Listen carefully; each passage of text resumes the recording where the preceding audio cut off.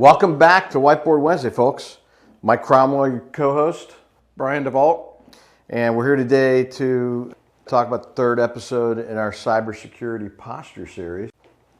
Today we're going to dive deep into end users, which represents really the biggest threat that we talked about For today, sure. Brian. So walk us through what a great posture looks like as it relates to end users and mitigating the risks on that front. The reason end users represent so much risk is because you're introducing the human element, right? They have to make a decision about what they do, an action that they take if something that represents harm is introduced to them. So these are things like phishing emails, social engineering schemes, smishing, phishing by text, those types of things. So really what you want to do is have a multi-pronged approach towards how you approach the end user aspect of your cybersecurity posture. And so with ours, we take this approach where we're assessing our current situation. So we use a product, shameless plug for KnowBe4. We're a partner for them. Netrio implements their solutions, and they walk us through a lot of these components. I'll point out which ones. So you have tools, right, that help you assess what your end user aptitude is when it comes to cybersecurity.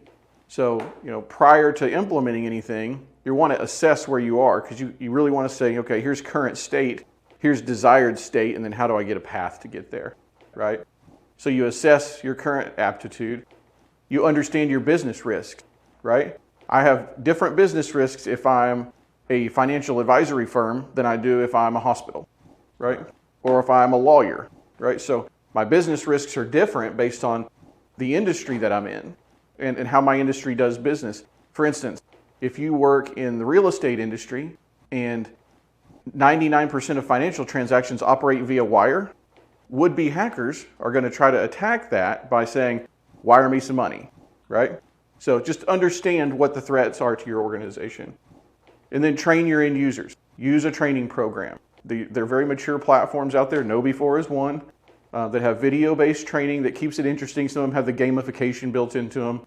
But you can test, and afterwards you can test your users to make sure that they understood the video content that they watched and that they learned something from it, right? And then evaluate where you stand, right? Here was my starting state, here's my desired state, here's my current state. How do I get there, right? And you get there through education. And train your users, teach them about social engineering schemes where I call you, like I can look at anybody's website and figure out who's on the executive leadership board, right? I can pick up the phone and call somebody and say, and misrepresent who I am and ask them for a piece of information that would then in turn allow me to do something malicious, right? So you got to train people on all the threats and the types to be expecting. And then lastly, you've got to introduce some multi-factor authentication for your end users. Just a password these days is no longer sufficient. You've got to have some other piece of data that they can enter into an app or an authenticator or a YubiKey or something like that that allows them to verify who they are. And let's talk about, as it relates to the end user, what are the top risks? It's software embedded in email, right?